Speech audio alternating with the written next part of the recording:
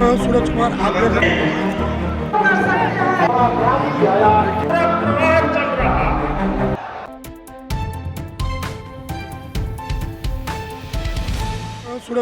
देख रहे हैं नवादा न्यूज एक्सप्रेस।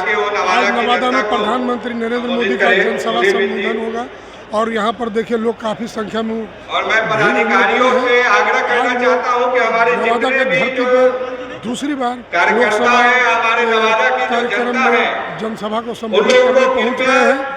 इस दौरान लोगों की जो भीड़ है वो काफ़ी उत्साहित दिख रही है। लोग यहाँ पर काफ़ी उत्साहित हैं, महिलाएं भी हैं, पुरुष भी हैं, बच्चे भी हैं, हर तरह के लोग यहाँ पर प्रधानमंत्री अपने चहेते प्रधानमंत्री के भाषण सुनने के लिए आए हैं। अभी आप देख रहे हैं कि यहाँ पर किस तरह से सुबह से महिलाएं बैठी हुई हैं, दूर दूर तक लोग देखिए काफ़ी भीड़ है यहाँ पर महिलाओं का।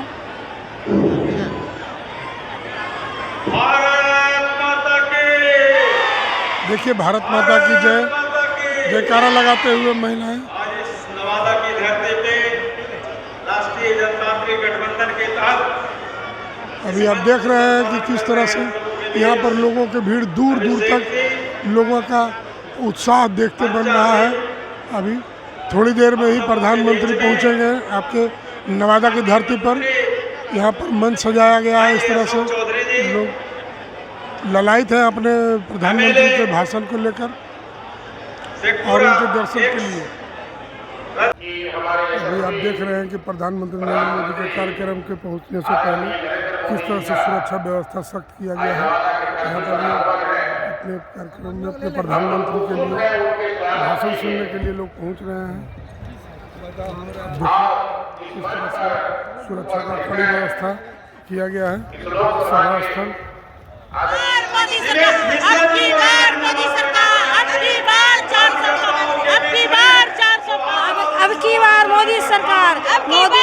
मोदी सरकार हम लोग सवेरे से आके बैठे हुए हैं, मोदी जी का इंतजार कर रहे हैं। मोदी जी बहुत देश के लिए बहुत कुछ किए हैं। गरीब को पैसा अकाउंट में नहीं था, 5 लाख अकाउंट में पैसा दिए हैं। मुफ्त इलाज, मुफ्त खाना सभी को मिल रहा है, इसके लिए धन्यवाद।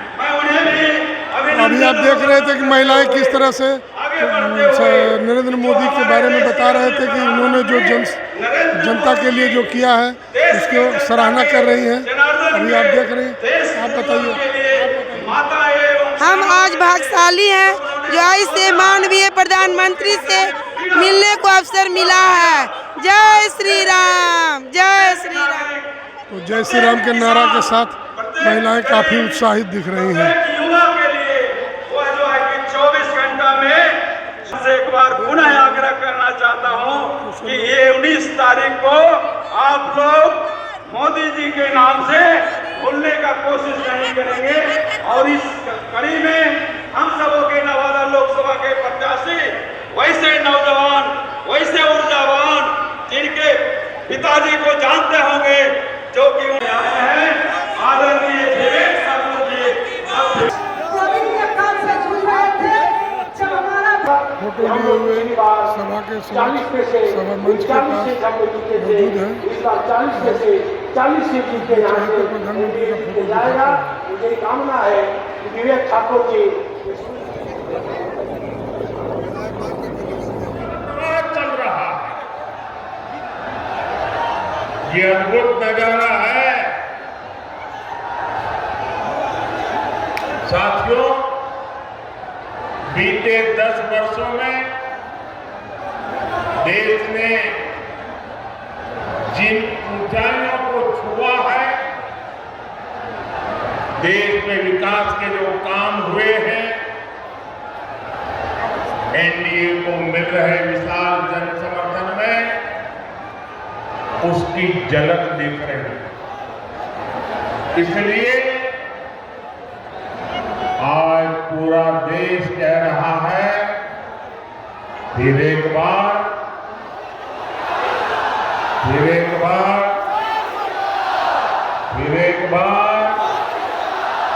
आज पूरा बिहार कह रहा है। साथियों, आपको याद होगा लाल किले से मैंने कहा था, यही समय है सही समय है। भारत के इतिहास में कई शताब्दियों के इंतजार के बाद ये समय आया है। ये वो समय है जब हम मिलकर काम करें तो भारत विकसित हो सकता है। भारत अपनी गरीबी दूर कर सकता है। हमें इस मौके को गंवाना नहीं है और इसलिए 24 का ये चुनाव बहुत अहम हो गया है। बीते 10 वर्षों में बिहार के लोगों ने देश हित में लिए गए अनेक बड़े निर्णय देखे हैं। आज भारत में, बिहार में आधुनिक इंफ्रास्ट्रक्चर बन रहा है। आज बिहार में आधुनिक एक्सप्रेस वे बन रहे हैं। रेलवे स्टेशनों का आधुनिकीकरण हो रहा है। वंदे भारत जैसी ट्रेनें बढ़ रही है। डिजिटल क्रांति ने सरकार की सेवाओं को आपके मोबाइल में पहुंचा दिया है। आज पूरी दुनिया में भारत का डंका बज रहा है।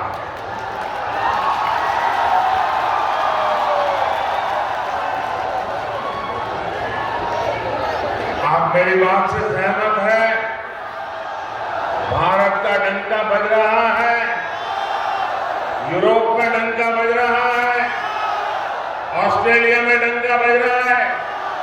न्यूजीलैंड में डंका बज रहा है। अफ्रीका में डंका बज रहा है। अमेरिका में डंका बज रहा है। कैसे? ये कैसे हो रहा है? कैसे हो रहा है? कैसे हो रहा है? आपने गलत जवाब दे दिया। ये मोदी के कारण नहीं हो रहा। ये आपके एक वोट के कारण हो रहा है। आपके उस वोट की ताकत है जिसने देश को मजबूत सरकार दी और उसके कारण देश मजबूत कदम उठा रहा है। मुझे विश्वास है बिहार की ये महान धरती विकसित भारत के संकल्प को पूरा करने के लिए अपना भरपूर आशीर्वाद देगी।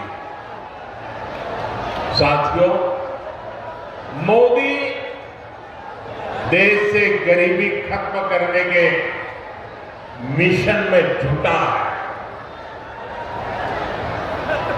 मैं भी आप ही की तरह गरीबी को जीकर यहां आया। मैं कभी भूल नहीं सकता कि 2014 के पहले देश में क्या स्थिति थी। करोड़ों देशवासी कच्चे घरों में रहने को मजबूर थे या बेघर। देश के गांवों में ज्यादातर लोग खुले में शौच जाने के लिए मजबूर थे। गरीबों के पास न गैस कनेक्शन था, न नल से जल आता था। गरीब का राशन बिचौलिए खा जाते थे। अस्पताल में इलाज के लिए गरीब को दर दर भटकना पड़ता है। साथियों, गरीब का बेटा मोदी गरीब का सेवक है। मैं जब तक देश के हर भाई बहन की गरीबी दूर नहीं कर लूंगा, चैन से नहीं बैठूंगा।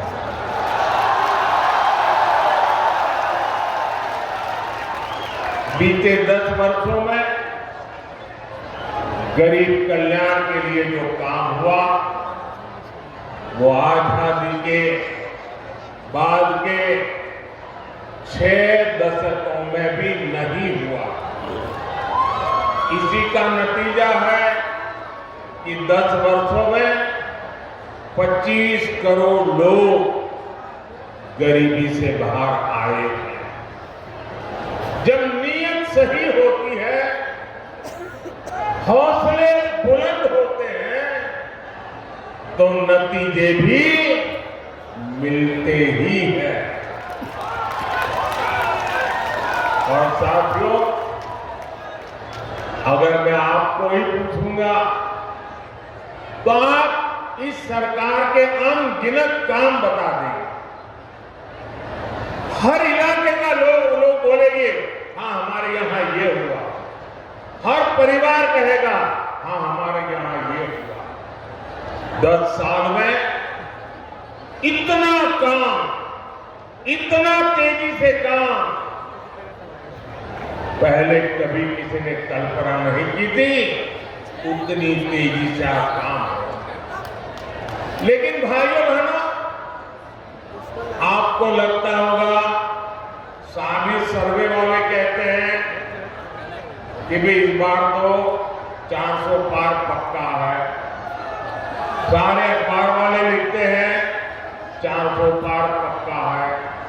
सब लोग कहता है कि भी एनडीए का जय जयकार है। फिर लोग कहते हैं अरे इतना सारा हो रहा है, मोदी इतनी मेहनत क्यों कर रहा है? भाइयों बहनों, चुनाव तो आपने जिताना तय कर लिया।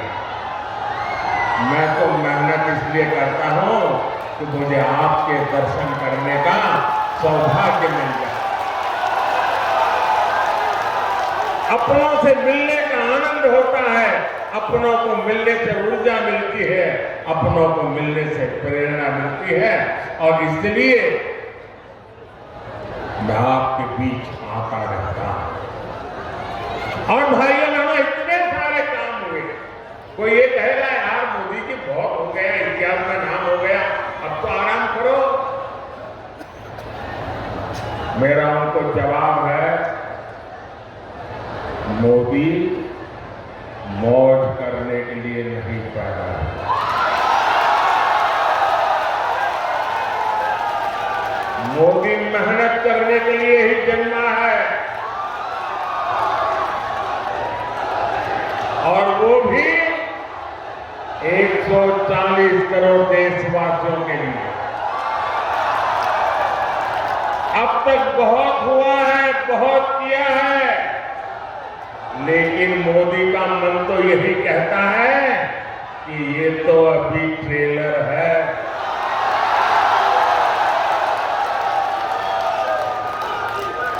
इतने से हमें रुकना नहीं है।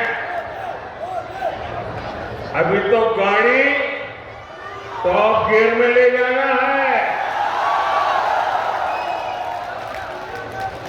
अभी तो रनवे पर है, नई ऊंचाइयों को पार करना है। अभी तो बहुत कुछ करना है। हमें देश को, बिहार को नई ऊंचाई पर लेकर जाना है। साथियों, बिहार और नवादा के हमारी माताओं बहनों को लंबे समय तक जंगल राज के अंधेरे में अपना जीवन गुजारना पड़ा। बिहार में एक वो भी समय था जब हमारी बहन बेटियों को सड़क पर निकलने से डर लगता। नीतीश बाबू के प्रयासों से, हमारे सुशील मोदी जी के अथक प्रयासों से बिहार इस जंगल राज से बाहर निकला। अभी नीतीश जी विस्तार से बता रहे थे कि जंगल राज के समय शिक्षा की, स्वास्थ्य की, अन्य सुविधाओं की कैसी हालत थी। नीतीश जी के नेतृत्व में बिहार उन परिस्थितियों से बाहर निकला। अब हर बहन के पास उसके इस भाई की मोदी की गारंटी भी है। आज 12 करोड़ घरों में बने इज्जतगार महिलाओं के सम्मान की गारंटी है। आज बिहार में करीब 1.25 करोड़ उज्ज्वला सिलेंडर धुएं से आजादी की गारंटी है। अकेले नवादा में ही 2 लाख से ज्यादा उज्ज्वला कनेक्शन बिहार के गरीबों को मिले। 37 लाख पीएम आवास महिलाओं की सुरक्षा और सुविधा की गारंटी है। बिहार के 8.5 करोड़ लोगों को मिल रहा मुफ्त राशन इस बात की गारंटी है कि किसी मां की संतान भूखे पेट नहीं सोए। इतना ही नहीं, तीसरे कार्यकाल में अभी तो मोदी की कई और गारंटी आने वाली है। अब मोदी की गारंटी है कि गांवों की 3 करोड़ बहनों को लखपति दीदी बनाएंगे। अब मोदी की गारंटी गांव और गरीब परिवार की बहनों को ड्रोन पायलट बनाने की है। मोदी ने पीएम सूर्यघर मुफ्त बिजली योजना भी शुरू की है ताकि गरीबों का बिजली का बिल, मध्यम वर्ग का बिजली का बिल 0 हो जाए, 0 हो जाए। लेकिन साथियों, मोदी की ये गारंटियां कांग्रेस, आरजेडी वाले, इंडी गठबंधन वालों को परेशान कर रही है। कहा कि मोदी जी आपको जो गारंटी देता है उस पर बैन लगना चाहिए। अरे इतने डर गए हो क्या? अरे मोदी की गारंटी से घबरा रहे हो क्या? ये लोग कहते हैं और कानून को जानकर कह रहे हैं कि मोदी का गारंटी देना ही गैर कानूनी है। मेरे देशवासी, आप इस देश के मालिक हैं। आप मुझे बताइए, क्या मोदी गैर कानूनी काम कर रहा है? क्या गारंटी देना गैर कानूनी है? क्या मैं मेरे देशवासियों को मेहनत करने की गारंटी देता हूं तो क्या मैं गुनाह करता हूं? मैं मेरे देशवासियों को यह कहूं कि मैं 24 घंटे काम करूंगा तो क्या ये गुनाह है? मोदी गारंटी देता है, उसको भी उन्होंने गुनाह बना दिया। अरे भाई, मोदी गारंटी इसलिए देता है क्योंकि उसके पास गारंटी पूरी करने की मादा है। मोदी गारंटी इसलिए देता है कि मोदी की नीयत साफ है। मोदी इसलिए गारंटी देता है क्योंकि वो गारंटी पूरी करने के लिए जी तोड़ मेहनत करता है। अहंकार में डूबे इंडी गठबंधन वालों को खुद को देश का परमानेंट शासक समझने वाले इंडी गठबंधन वालों को ये समझ नहीं आएगा। साथियों, चुनाव में झूठ बोलना, झूठ बोलकर वोट लेना इंडी गठबंधन वालों की पहचान यही है। इसलिए ये मोदी की गारंटी उसे भी रोकना चाहते हैं। ये भूल रहे हैं कि मोदी की गारंटी यानी गारंटी पूरा होने की गारंटी।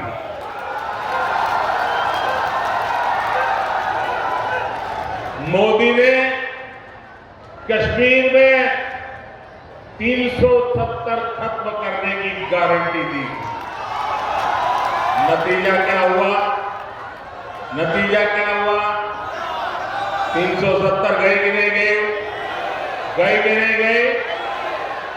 ये बाबा साहब आंबेडकर के संविधान की बातें करते हैं, लेकिन ये इंडी गठबंधन वाले जवाब दें, इतने साल आपने राज किया, संविधान के नाम में गीत गाते रहते हो, लेकिन आपने जम्मू कश्मीर में बाबा साहब आंबेडकर का संविधान लागू नहीं होने दिया था। ये मोदी है जो बाबा साहब आंबेडकर के संविधान को जम्मू कश्मीर की धरती पर भी ले गया, इतने सालों के बाद ले गया। और अब कमाल देखिए, कांग्रेस के राष्ट्रीय अध्यक्ष, छोटा पद नहीं है, उन्होंने अभी भाषण किया।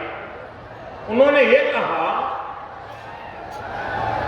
और वो कहीं राजस्थान में बोल रहे थे, उन्होंने कहा कि भाई ये राजस्थान में आकर के 370 का क्या लेने देना, मोदी यहां आकर के 370 की बात क्यों करता है।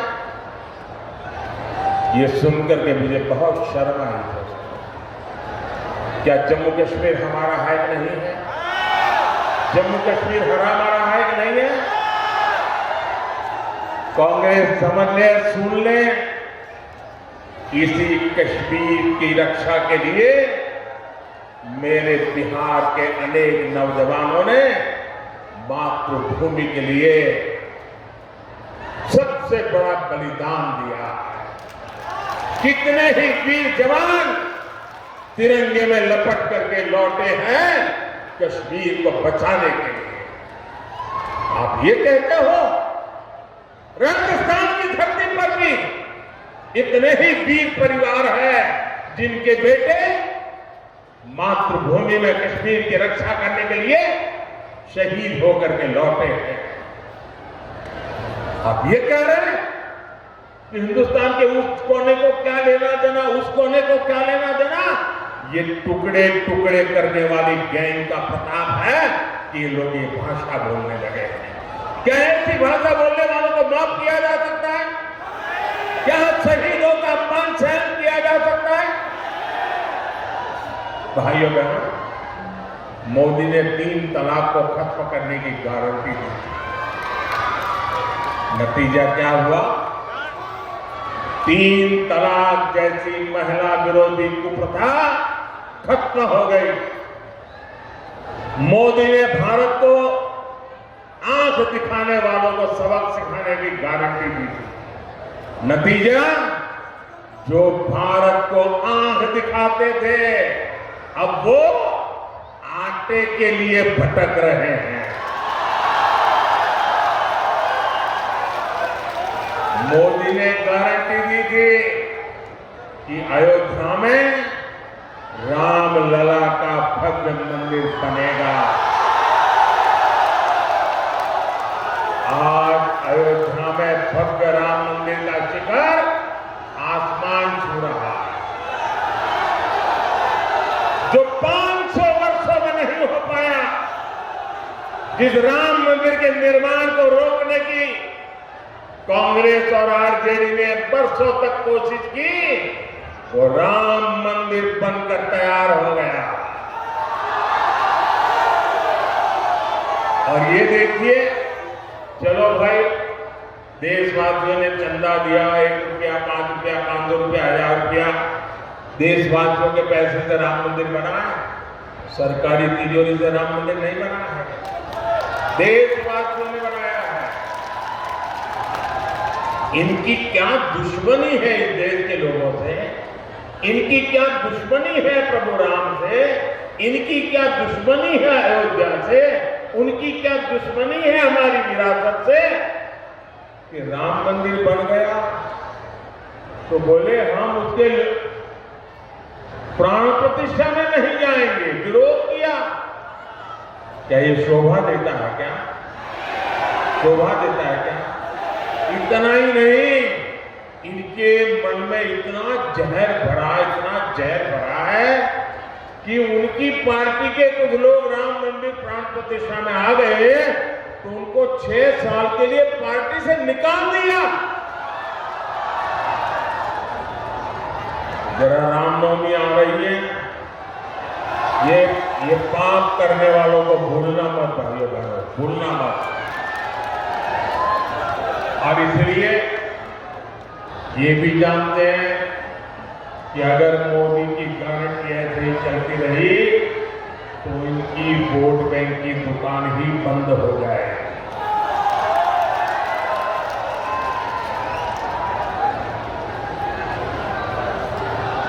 और इसलिए ये लोग मोदी की गारंटी का विरोध कर रहे हैं।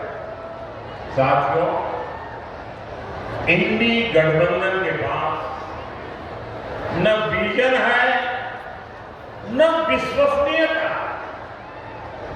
दिल्ली में जो लोग एक साथ खड़े होते हैं, अलग अलग राज्यों में वही एक दूसरे को गाली देते हैं।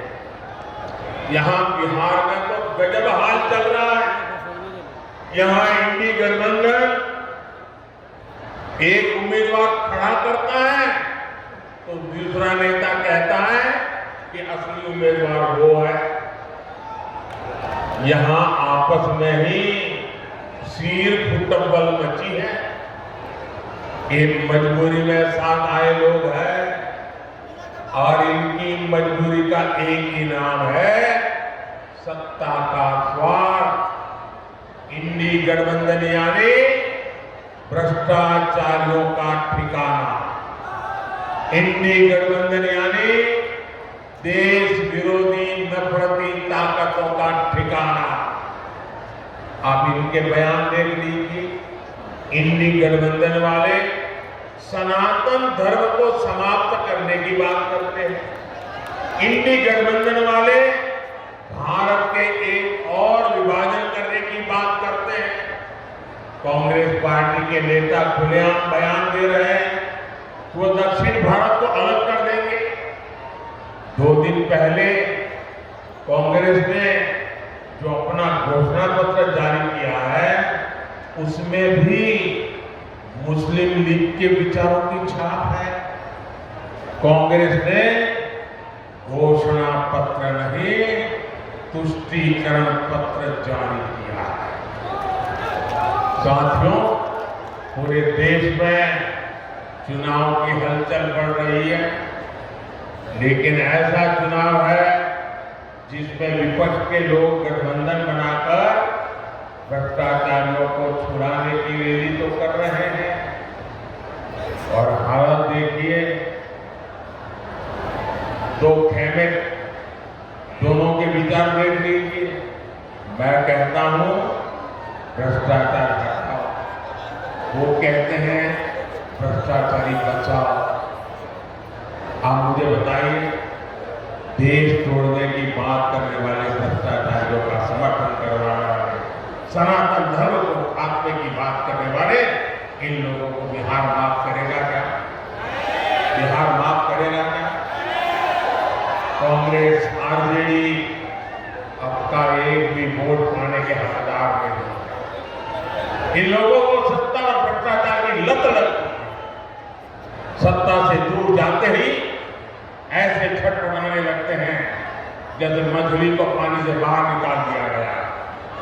इसलिए इन्हें सत्ता से दूर रखना बहुत जरूरी है। साथियों, मुझे कल दिल्ली में कुछ लोग बता रहे थे, क्योंकि मैं देख रहा हूं कि ये इंडी गठबंधन इस चुनाव के मैदान में कहीं नजर नहीं आ रहा, उनके नेता नहीं आ रहे हैं। तो मैंने जब पूछताछ की, अगर मामला क्या है, ठंडे पड़े कि हमारे लोग बहुत सुस्त है, ठंडे हैं, कुछ करना नहीं चाहते। तो उन्होंने कहा इंडी गठबंधन के वरिष्ठ नेतागिरी में पिछले 15 दिन से बहुत तूफान चल रहा है। मैंने कहा क्या तूफान चल रहा है? बोले उनके एक नेता ने हट पकड़ करके बैठे हैं कि जब तक इंडी गठबंधन उन्हें प्रधानमंत्री का उम्मीदवार घोषित नहीं करेगा, वो एक भी चुनाव प्रचार में नहीं जाएंगे।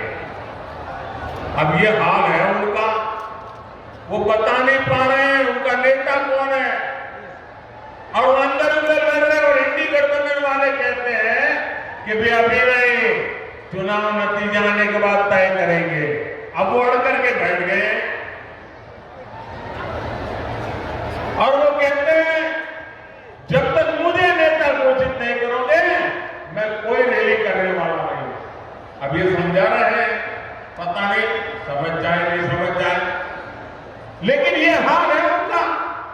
साथियों, मैंने हमेशा कहा 140 करोड़ देशवासी मेरा परिवार, और ये सिर्फ शब्द नहीं है, मेरी भावना है, आपका सपना ही मेरा संकल्प है। नवादा के लोगों की आकांक्षाओं को पूरा करने के लिए भाजपा ने हमारे साथी मित्र विवेक ठाकुर जी को उम्मीदवार बनाया। उनको दिया गया एक एक वोट मोदी को मजबूत करेगा। 19 अप्रैल को कमल छाप उस पर दिया गया हर वोट विकसित भारत के संकल्प को मजबूत करेगा। आप यहां से जाकर नवादा के जन जन तक मेरा प्रणाम भी जरूर पहुंचाइएगा। मेरे साथ बोलिए भारत माता की, भारत माता की। बहुत बहुत धन्यवाद।